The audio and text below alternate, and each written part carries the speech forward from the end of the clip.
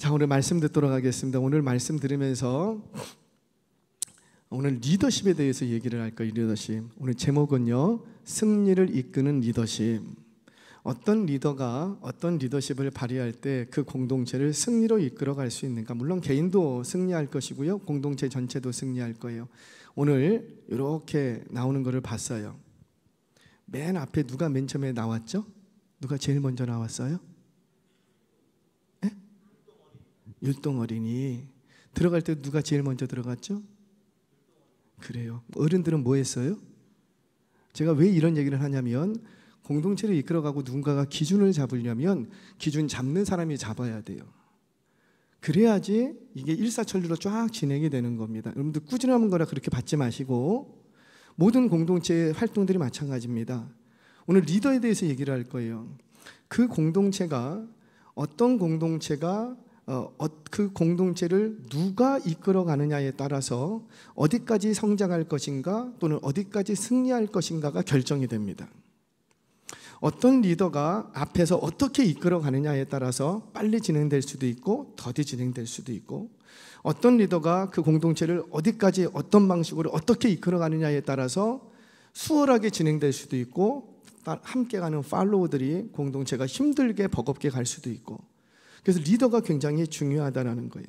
우리는 자주 실수하는 것들이 뭐냐면, 내가 열심히 하면 되는 거 아닙니까? 라고 얘기합니다. 틀린 말은 아니에요. 분명히 내가 열심히 해야지요. 그러나 공동체는 그렇지 않습니다. 내가 열심히 해도 안 되는 공동체가 있고, 내가 열심히 안 해도 되는 공동체가 있어요. 사실은 개인도 마찬가지입니다. 열심히 한다고만 다 되나요? 그건 아니더라는 거예요. 그러나 열심히 하는 거는 중요해요? 중요하지 않아요? 중요한 거예요.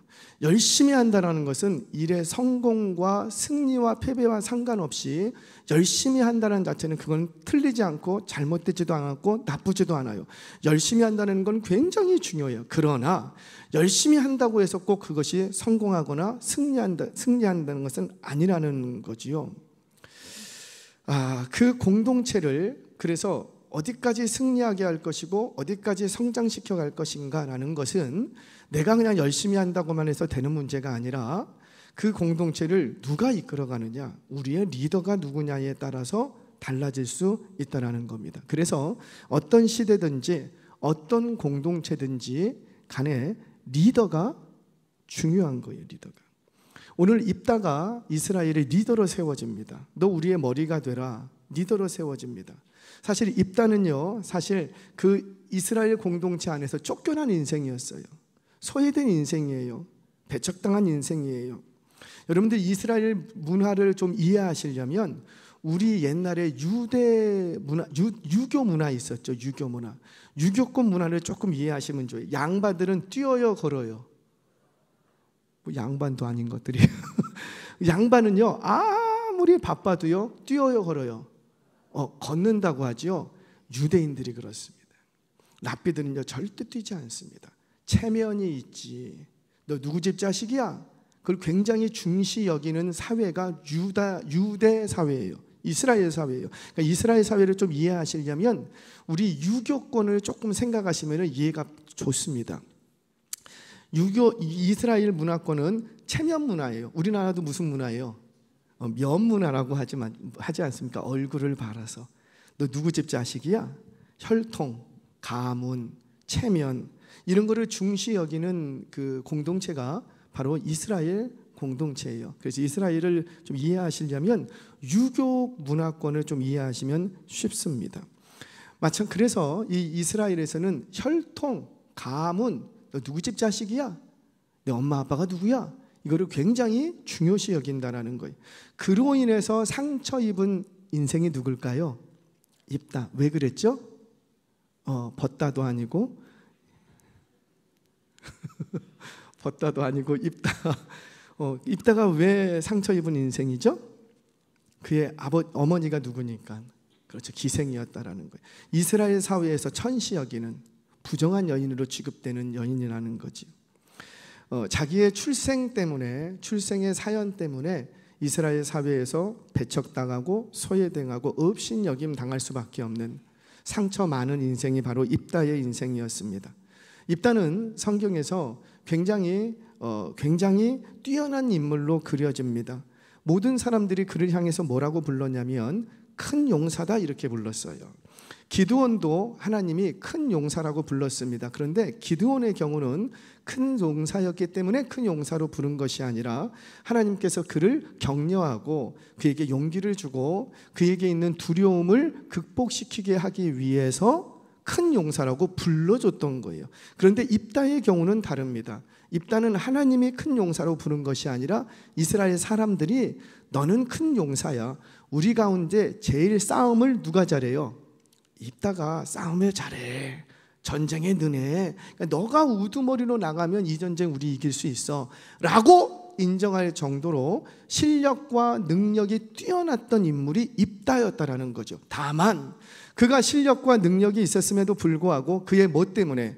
출신의 사연 때문에 그는 이스라엘 사회에서부터 소외당하고 외면당하고 천대받는 굉장히 상처 많은 인생이었다는 거예요. 그래서 그는 그 이스라엘 사회에 있지 못하고 아버지의 집을 떠나서 돕당으로 이제 옮겨갑니다. 돕당은 한마디로 이방인들의 땅이에요. 이방인의 땅으로 옮겨갑니다. 철저하게 배척당하고 소외당하는 인생이었어요.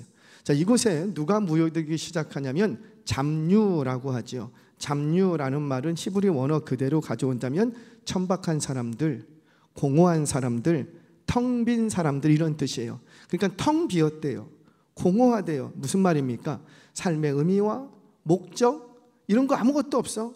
그냥 하루하루 대충 살면 되지. 마지못해서 사는 인생, 그런 인생들이 이 입다 주변에 모여들기 시작합니다. 마치 우리나라의 무슨 동화하고 비슷해요. 무슨 이야기하고. 책 좀 보세요. 아버지를 아버지라고 부르지 못하고 홍길동과 같은 인생을 사는 것이 바로 입다예요. 근데 성경에는 홍길동 같은 인물들이 많이 등장합니다. 누가 또 있었죠? 우리 얼마 전에 살펴봤어요. 아비멜렉. 아비멜렉이 누구예요? 아는 이가 없구나. 아비멜렉이 누구예요? 기드온의 아들. 누구에게서 난? 첩에게서 난. 기드온에게는 이미 70명의 아들들이 있었지만 첩에게서 아들 하나를 더 얻었습니다. 아비멜렉. 그 아비멜렉은 첩에게서 나왔다는 이유 하나 때문에 이스라엘 사회에서 천시받습니다. 그래서 상처가 많아요. 근데 아비멜렉에게도 비류들이 모여들기 시작합니다. 잡류들이 모여들기 시작합니다. 그런데 아비멜렉은 그 잡류들의 우두머리가 되어서는 뭐라고? 쿠데타를 일으키고 아버지를 능멸하고 아버지의 70명 아들들을 한 칼에 죽여버립니다. 살인 강도짓을 한다라는 거지요. 똑같은 잡류 패거리였어요. 그런데 한 입다를 만났던 잡류 패거리는 나라를 구하는 데 쓰임 받습니다. 근데 아비멜렉을 만났던 잡류 패거리는 아버지를 능멸하고 아버지의 자녀 형제 70명을 죽여버리는 살인 강도짓을 서슴지 않는 페류나가 돼버리고 맙니다. 누구를 잘못 만난 거예요? 리더. 반복은 원리라 그랬습니다. 다윗이 도망자 신세를 갈 때 다윗에게도 비류들이 모여들기 시작합니다. 600명의 비류들이 모여들기 시작했어요. 사회에서 소외당하고 빚진 자들, 억울한 자들, 이스라엘 사회에서 천치받고 멸시받던 자들, 이스라엘 경내에 어디 거처할 곳이 없어서 그들도 역시 도망자 시세로 나와서 다윗에게 모여들기 시작합니다. 똑같은 비류라는 단어예요. 그런데 다윗에게 몰려들었던 그 비류들은 역시 다윗도 잡류 패거리의 우두머리가 됐어요. 그런데 다윗은 그 잡류 패거리를 데리고 뭘 하기 시작하고 나라를 세우기 시작하고 나라를 구하기 시작하더라는 똑같은 잡류 패거리였어요. 성경에서는 똑같은 단어를 씁니다. 그런데 뭐가 달라진 거죠? 누구를 만나는 거예요? 리더. 어떤 리더를 만나느냐에 따라서 그들의 인생은 비천에 처할 수도 있고 또는 존경받는 인생이 될 수도 있다는 거예요. 그 개인의 능력은 별로 중요하지 않았어요. 성경이 조명하는 바는 뭐냐면 이들이 비류지만 잡류지만 소외된 백성들이지만 리더를 누구를 만나느냐에 따라서 그들의 인생이 달라지더라는 거예요. 예수님을 만났던 어부들 어땠습니까? 어부들은 그렇게 대단한 배움이 있지 않고 대단한 재능이 없어요. 또 세리들, 이스라엘 사회에서 천시받는 이들이에요.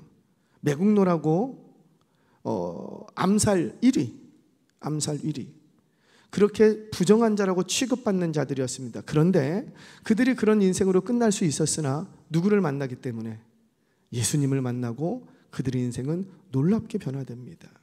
사랑하는 여러분, 반복은 원리라 그랬어요.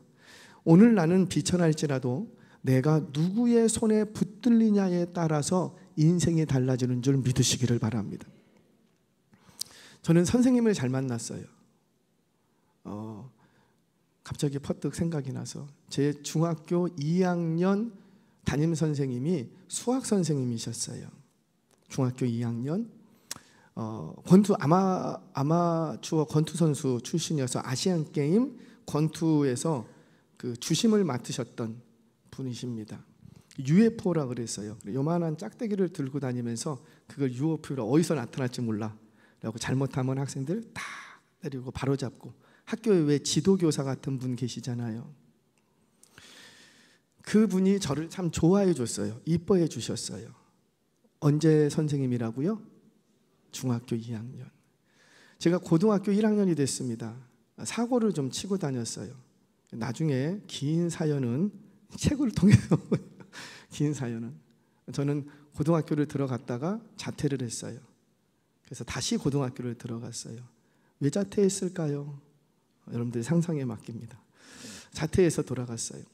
그런데 그러니까 자퇴하고 다시 들어갔어요. 복학생이에요, 한마디로. 고등학교 1학년이. 그러면 또래가 다 제 친구들이 고등학교 2학년 친구들이에요. 한 동네에서 같이 자랐기 때문에. 그러니 1학년 생활이 어떻겠습니까? 하여튼 스펙타클 어드벤처 재밌었어요. 학교에서 이제 퇴학시킬 위험까지 갔어요. 그런데 고등학교 1학년 선생님이 저를 이뻐해 줬어요.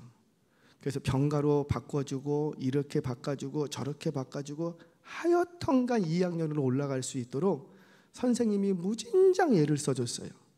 만약에 그때 제가 고등학교 1학년 때 그 선생님을 제가 만나지 못했다면 고등학교를 제대로 졸업하지 못했을 수도 있어요. 그러면 목사는커녕 다른 길을 갈 수도 있었겠지요. 그런데 그 선생님이, 고등학교 1학년 선생님이 왜 저를 그렇게 아껴줬냐면, 고등학교 1학년 선생님도 체육 선생님이셨어요. 그런데 그 선생님의 선배가 중학교 2학년 담임 선생님이셨어요. 같은 운동권이야. 선후배 사이예요.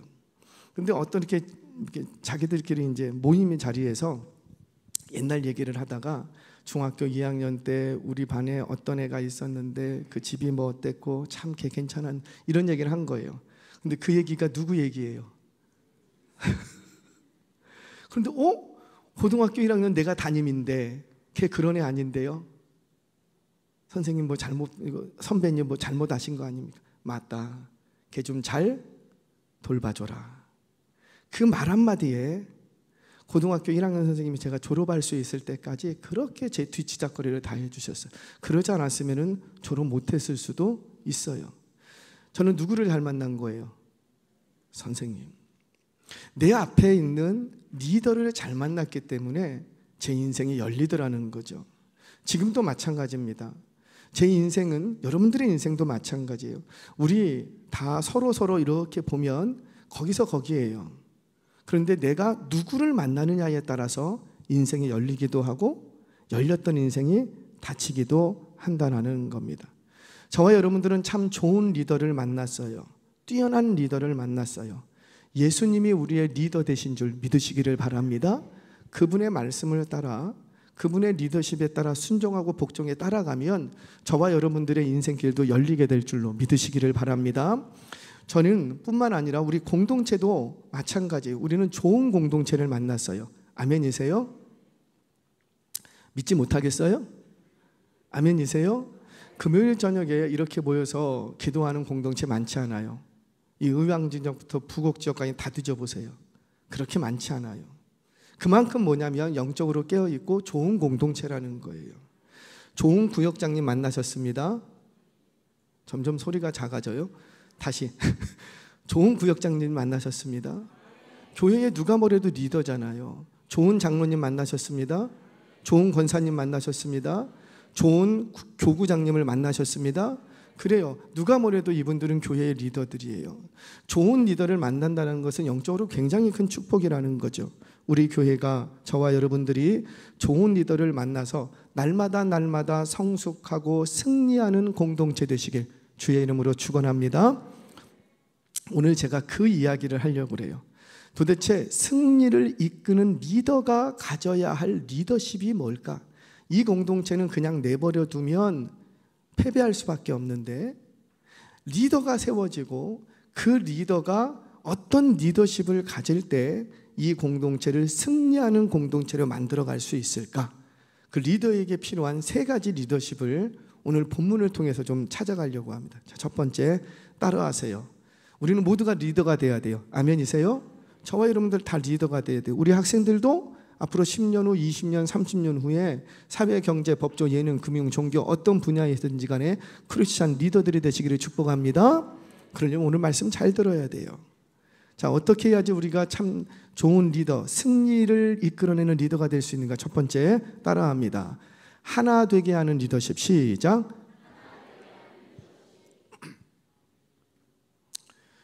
교회가 합병을 했습니다. 교회가 성장하는 교회였어요. 한쪽은 상가 교회였는데 계속해서 성장하고, 한쪽은 건물이 있는 교회였는데 성장이 좀 어렵고 더디었어요. 이 목사님을 괴롭히는 집사님이 계셨어요. 그 집사님이 하도 괴롭혀서 어떻게 할까 이 목사님이 고민을 하다가 결단을 내립니다. 아, 나만 없어지면 교회가 평안하겠구나.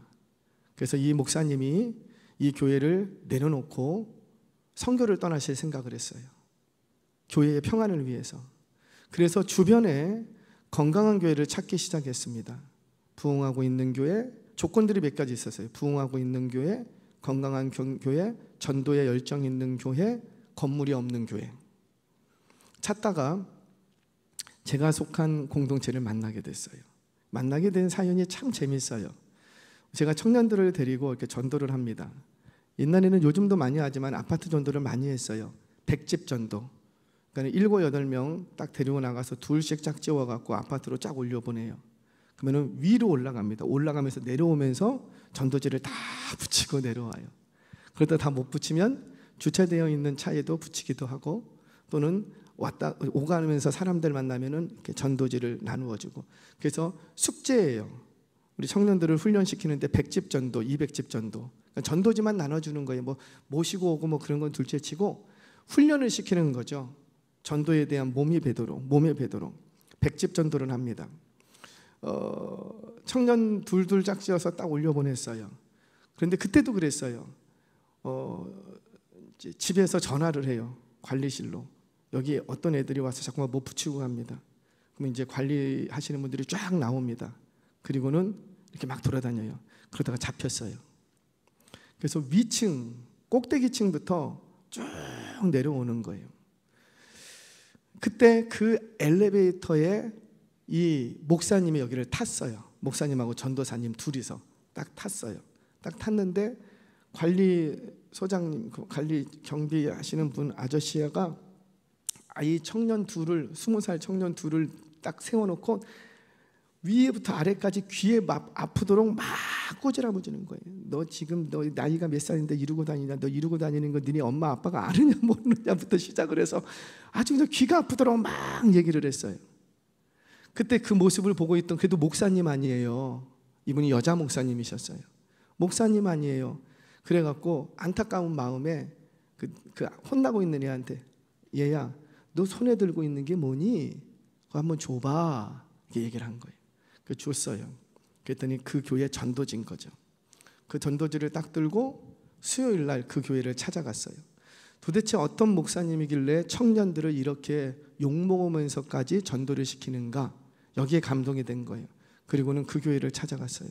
그리고는 수요일 날 제가 이렇게 업무를 보고 있는데 누가 쏙 지나가더라고요. 목사님 계시냐고, 담임 목사님. 그래서 제가 담임 목사님 계십니다.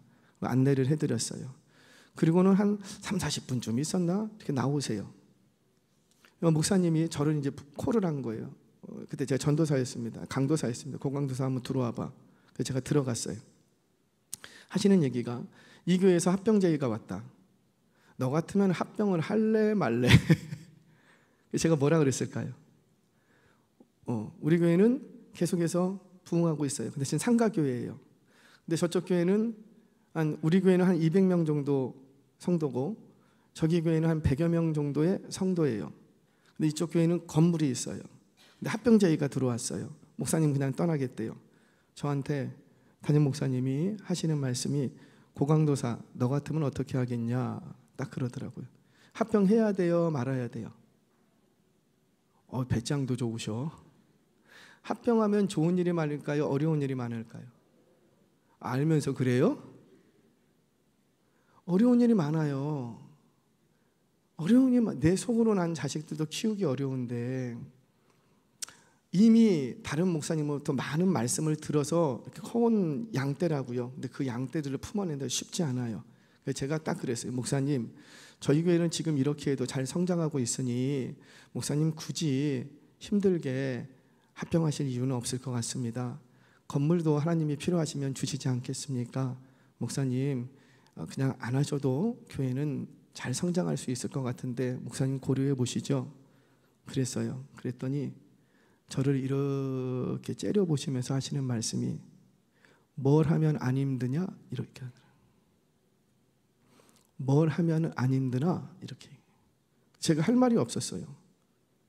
뭘 하면 안 힘들어요? 다 힘들어요.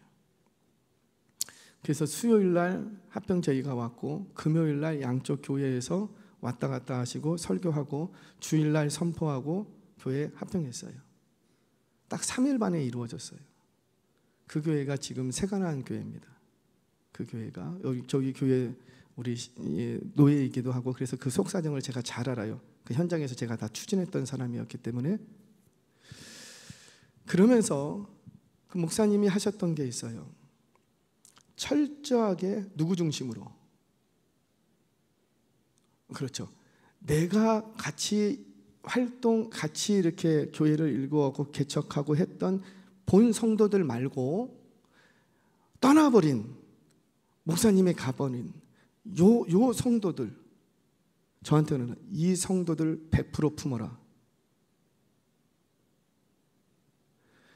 우리 성도들은 상처받으면 안 되겠지만 우리 성도들은 만약에 상처를 받으면 상처받더라도 무조건 목사님이 떠난 이 교회 양떼들 다 수용해라. 무조건 다 들어줘라. 바쁘신 분들은 전화를 받으시고 제가 그 말을 보면서 솔직히 팔은 어디로 굽고 안으로 굽잖아요. 그게 인지상정 아닙니까? 그러면 똑같은 무슨 사안이 발생했을 때 떡이 하나 있으면 누구에게 먼저 주고 싶고 솔직히 같이 오랫동안 개척하고 산전수전 겪었던 우리 성도라고 보통 그러죠. 내 성도. 그 성도들한테 마음이 가는 게 사실이에요. 그런데 이 목사님이 절대 그러지 말래요. 절대 그러지. 그래갖고 이 목사님도 굉장히 오해를 많이 받았어요. 목사님은 누구만 좋아하냐고. 왜 우리는 챙겨주지 않냐고. 그런데 거기에 비밀이 있더라고요. 여러분 하나 되게 하는데 애쓰고 힘쓰시기를 바랍니다. 하나 되게 하는데 목사님은 거기에 집중하셨던 거예요. 종종 저도 그런 오해를 받는 경우들이 있어요. 목사님은 새가족만 이뻐하십니까? 제가 새가족만 이뻐할까요? 목사님은 새가족에만 관심이 있습니까? 제가 새가족에만 관심이 있을까요? 의심 많은 자들이요. 제가 새가족에만 관심이 있을까요? 목사님은 청년들만 이뻐요. 제가 청년들만 관심이 있을까요? 절대 그렇지 않아요. 그러나 누구 먼저 품어야 되고 약한 자, 조금 소외될 우려가 있는 분들 먼저 품어야 된다는 거죠. 먼저 품어야 된다. 제가 우리 교육자분들하고도 꼭 나누는 얘기가 있습니다. 가까이에 계신 성도님하고 멀리 계신 성도님이 있으면 누구부터 챙겨라? 아멘이세요? 왜 그런 줄 아세요? 다 아시죠? 멀리 계신 성도부터 챙겨라. 그게 교회를 하나 되게 만드는 원리다라는 거죠. 두 번째, 찬성하는 사람과 반대하는 사람이 있으면 누구부터 챙겨라? 누구의 의견을 들어주라? 반대하는 분. 왜요? 나를 찬성하고 지지하시는 분들은요, 그렇게 안 해도 이분들은 나를 찬성하고 지지해 줍니다. 그런데 반대하시는 분은 만약에 여기서 내가 저분의 의견을 안 들어주면 이제 저분은 어떻게 될까요? 있을 자리가 없어지는 거예요. 등지게 됩니다. 그래서 할 수 있는 대로, 물론 이것이 꼭 안 되는 경우라면 좀 이따 뒤에 나올 거예요. 안 되는 거를 억지로 하라고 그런 말은 아니지만 이렇게 해도 되고 저렇게 해야 되는 문제에 있어서는 어떻게 하면 좋다. 찬성하시는 팔로우들은요 계속 따라옵니다. 그런데 뭐 의견이 다를 수 있잖아요. 좀 반대하는 의견이 있어도 그분의 의견을 자꾸 들으려고 노력할 때 어떻게 되고요? 그 공동체는 하나가 될 수 있다는 거예요. 지금 입다가 보여주는 리더십이 바로 그런 리더십입니다. 어떤 리더십이라고요? 하나 되게 만드는 리더십이었어요. 우리 성경 봅니다. 12절에서 15절 좀 긴 본문입니다. 우리 같이 한번 읽어보겠습니다. 시작.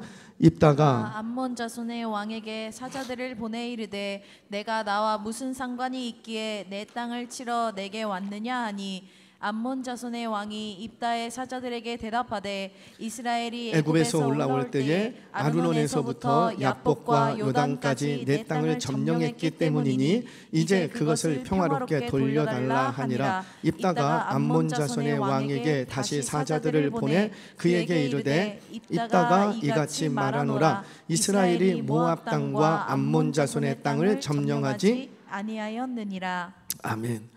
암몬이 시비를 걸어왔어요. 암몬 자손들이 암몬 자손의 왕 딱 세워서 시비를 걸어왔어요.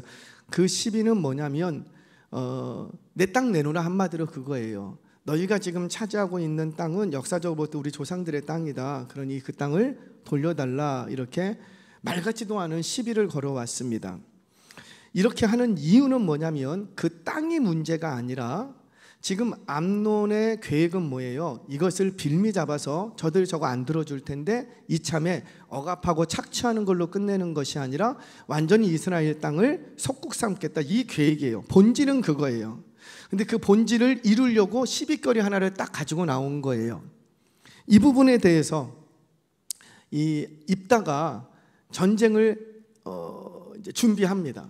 준비하는데 이 이야기 앞에 전쟁을 해버리면 돼요. 싸우려고 모였어요. 지금 이들도 입다도 싸우려고 모였다고요. 저쪽에서 시비를 걸었기 때문에 싸움할 준비가 됐어요. 군사들 다 모았어요. 그런데 싸움할 힘이 있는데 싸움부터 안 합니다.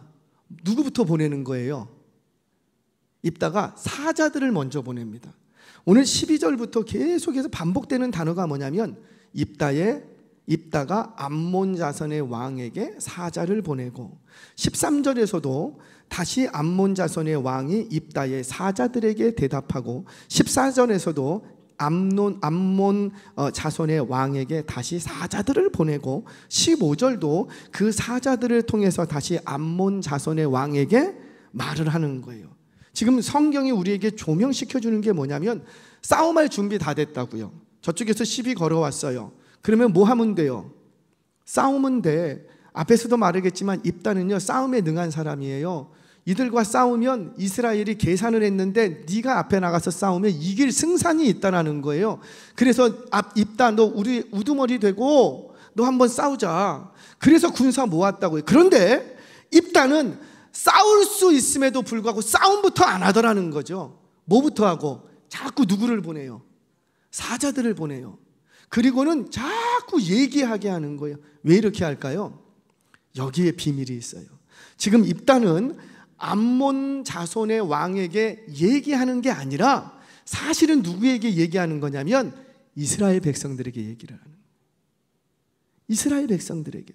지금 무슨 작업을 하냐면 자, 입다는 이스라엘 백성들로부터 소외된 자예요. 배척 땅에 있어요. 그런데 전쟁을 해. 전쟁을 하는데 이들이 자기의 리더십에 따라올 것도 불분명하지만 전쟁 시작하는데 못 따라가겠다면 이러고 어떻게 될 거냐고요. 싸움 깨집니다. 또 어찌 이겼다 치더라도 본인의 리더십이 인정이 안 되면 또 어떻게 되는 거예요? 또 소외당하고 또 배척당하는 인생으로 전락하고 마는 거예요. 그러니 입다가 지금 뭘 하냐면 전쟁을 얼마든지 해서 승리하고 뭐 이렇게 할 수도 있겠지만 진정한 승리를 위해서 뭐부터 하느냐? 소외된 자신과 이 소외시켰던 이스라엘 백성들을 하나 만들기 위한 작업부터 하는 거예요. 그래서 자꾸 무슨 얘기를 하냐면 이스라엘의 역사에 대해서 자꾸 얘기를 합니다. 사랑하는 여러분, 이렇게 함으로써 자신 안에 있는 서운함도 떨쳐버리고 소외되었던 자신도 이제 이스라엘의 구성원 안으로 들어가서 하나가 되겠다라는 거예요. 여러분은 어떤 전쟁이든지 간에 하나 되지 못하면 거기에는 진정한 승리가 없습니다. 예를 들어 볼게요. 가정이 어떤 문제가 생겼어요. 이 부분에서 우리 가정이 승리해야지 돼요. 그런데 가족 구성원이 하나 되지 못했어요. 그런데 어찌어찌 아빠가 잘해서 승리했다고 쳐요. 그런다고 해서 그 진정한 승리가 될까요? 잠깐 승리할지는 모르지만 여러분, 힘은 잠깐이에요. 싸움은 잠깐이에요. 잠깐 힘이 될지 모르지만 금세 이 가정은 또 파탄납니다. 또 파탄나는 거예요. 그러니까 어떤 전쟁이든지 진정한 승리를 하기 위해서는 뭐부터 선행돼야 되느냐? 이 공동체가 하나 되게 하는 일에 힘쓰고 애써야 된다는 거예요. 여러분, 전쟁에서 승리하기 위해서 군인들이 가장 많이 하는 훈련이 뭔 줄 아세요? 뭐 군대를 안 갔다 왔으니 전우회를 기르는 거예요. 그래서 맨날 뭐 메고 뭐 하고 뭐 군자 행군 왜 합니까? 뭐 누가 더 오랫동안 걸을 수 있나 그거 보는 게 아니고요. 누가 낙오될 때 누가 대신 군장을 들어줄 것인가? 누가 같이 가줄 것인가? 그거 하는 게 훈련이 행군 훈련이에요, 사실은. 그런 군인들의 모든 훈련은요, 싸움 훈련이라고 하지만 사실은 뭐냐면 전후에 하나 되게 하는 훈련을 하는 거예요. 그래서 같은 군복을 입히고 충성, 단결, 구호도 똑같이 시키고 옷도 똑같이 입히고 먹는 것도 똑같이 먹이고 나는 뭐 알러지가 있어서 뭐 이런 거 필요 없다고요. 똑같이 먹이고 똑같이 입히고 똑같이 재우고 똑같이 일으키고. 왜 이렇게 하는 거예요? 하나 되게 하는 거예요. 어떤 군인들도 하나 되지 못하면 진정한 승리가 없다라는 거죠. 사랑하는 여러분, 우리 공동체 안에, 여러분들의 가정 안에 진정한 승리가 있기를 축복합니다. 그러려면 먼저 뭐부터 해야 되는가? 하나 되게 만드는 일에 리더십을 발휘할 수 있어야 되는 거예요. 그렇게 할 때 그 전쟁은 진정한 승리하는 전쟁이 될 줄로 믿으시기 바랍니다. 첫 번째, 하나 되게 하는 리더십을 가져야 된다. 자, 두 번째, 실력을 갖추는 리더십이 있어야 돼요. 리더가 됐는데 실력이 없어. 그러면 절대 리더십이 나타나지 않습니다. 그러니까 내가 리더가 되기 위해서는 반드시 뭐가 있어야 되느냐? 실력이 있어야 돼요. 여러분, 입다는 힘으로 싸우는 전쟁만 잘하는 사람이 아니었다는 거죠. 그는 지도자다운 실력을 갖추고 있었어요. 문제의 본질이 뭔지를 파악하고 정확한 사실관계를 확인할 수 있을 만큼 지식을 가지고 있었던 사람이라는 거예요. 자, 성경을 보겠습니다. 13절 같이 한번 읽겠습니다. 13절 시작. 암몬 자손의 왕이 입다의 사람들에게 대답하되 이스라엘이 애굽에서 올라올 때에 아르논에서부터 얍복과 요단까지 내 땅을 점령했기 때문이니 이제 그것을 평화롭게 돌려달라 하니라. 아멘. 자, 무슨 말이냐면 암몬은 본래 이 땅이 우리 땅인데 출애굽할 때 너희들이 뺏어가지 않았냐, 그러니 이제 우리에게 돌려달라, 지금 이 얘기를 하는 거예요. 이 역사적인 이야기를 하나 가지고 옵니다. 그런데 입다가 잘한 건 뭐냐면 그래요? 라고 하지 않았다는 거죠. 우기지도 않고 수긍하지도 않고 뭐부터 확인하냐면 사실부터 확인하는 거예요. 사실관계부터. 이게 순서였다는 거예요. 근데 사실관계를 확인하려면 입다가 뭘 갖고 있어야 되냐면은 이스라엘의 역사에 대한 해박한 지식을 갖고 있어야 돼요. 여러분, 공무원이 되기 위해서 시험을 보죠. 공무원이 되기 위해서 필수 시험 몇 가지 과목이 있어요. 모든 공무원 시험에는 공통적으로 들어가는 시험이 있습니다. 무슨 시험이에요? 난 공무원이 아니어서 한국사. 역사, 한국사는요 모든 공무원들이 다 시험 봅니다. 여러분, 우리가 어떤 분야에서 리더가 되려면은요 힘만 있어서는 안 돼요. 그 분야에 있어서 최소한의 지식도 가지고 있어야 된다는 거죠. 여러분들, 세상 일은 힘으로만 되지 않습니다. 힘으로는 잠시 이길 수 있을지 모르지만 장기적으로 본다면 누가 이겨요? 그래요, 지식 있는 사람이 이기더라고요. 그래서 옛말에 이런 말이 있어요. 아는 것이 힘이다. 주먹이 힘이 아니라 아는 것이 힘이에요. 깡패, 주먹이 무서워요. 건달, 굉장히 무서워요. 힘이 있어 보이죠? 근데 건달을 당 한 칼에 말로 끝냅니다. 누구예요? 검사, 변호사. 쩔쩔쩔쩔쩔쩔쩔 매요. 검사 앞에는 1대1로 싸우면 져. 근데 검사의 말 한마디에 쩔쩔쩔쩔쩔쩔쩔 맵니다. 누가 이기는 거예요? 힘이 이기는 거예요? 지식이 이기는 거예요? 학생 여러분, 공부하세요? 아멘 하세요? 공부해야 돼요. 공부해야 돼요. 그래요. 힘으로만 세상은 살아갈 수가 없습니다. 진정한 리더가 되려면 지식이 있어야 돼요. 영적 싸움도 마찬가지입니다. 영적 세계에서도 승리하려면 영적 지식이 있어야 된다는 거예요. 사랑하는 여러분, 저와 여러분들이 실력 있는 리더들이 되시길 주의 이름으로 축원합니다. 자, 마지막 하나. 이거 굉장히 중요한 리더십이에요. 첫 번째 리더십은 뭐였더라? 하나 되게 하는 리더십. 두 번째는 실력 있는 리더십. 세 번째는 설득할 줄 아는 리더십. 설득한다는 것은 그 사람을 내 밑에 굴복시킨다거나 내 뜻대로 움직이는 것을 말하지 않아요. 설득한다는 것은 설득이 될 수도 있고 안 될 수도 있는 거예요. 다만 중요한 건 뭐냐면 설득하려고 노력하는 리더십을 가지고 있다는 거죠. 대부분 요즘 현대인들은 설득하려고 하지 않습니다. 싫어? 하지 마.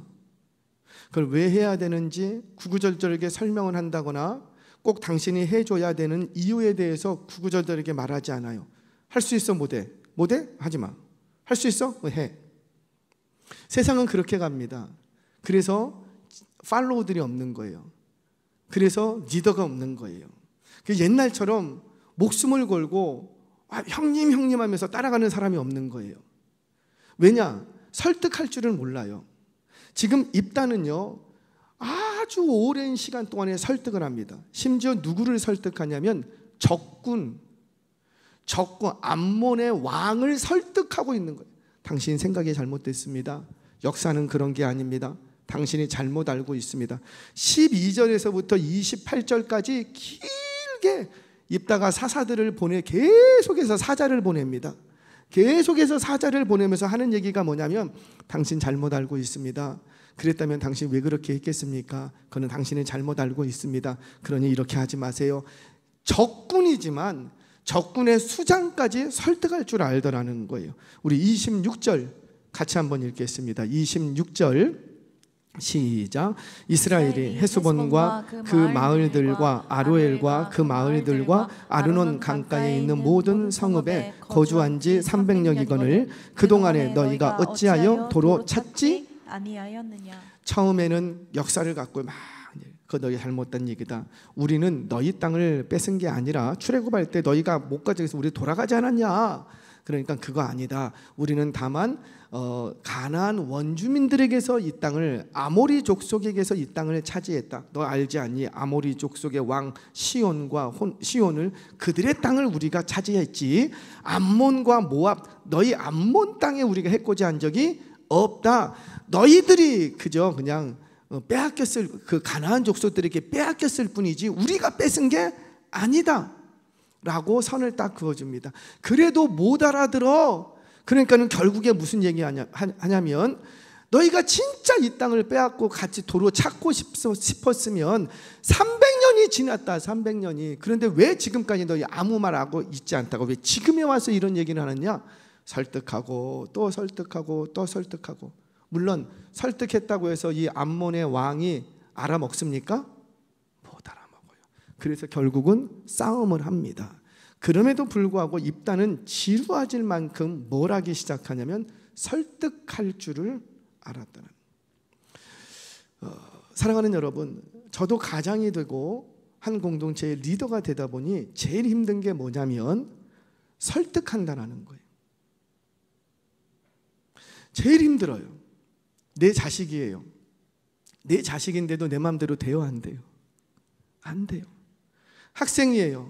공부해야 돼요, 안 해야 돼요? 해야 돼요, 안 해야 돼요? 거기서 얘기해봐요. 해야 돼요. 근데 우리는 뭘 해야 되냐면 공부를 왜 해야 되는지 계속 할 수 있도록 자녀들을 어떻게 해야 돼요?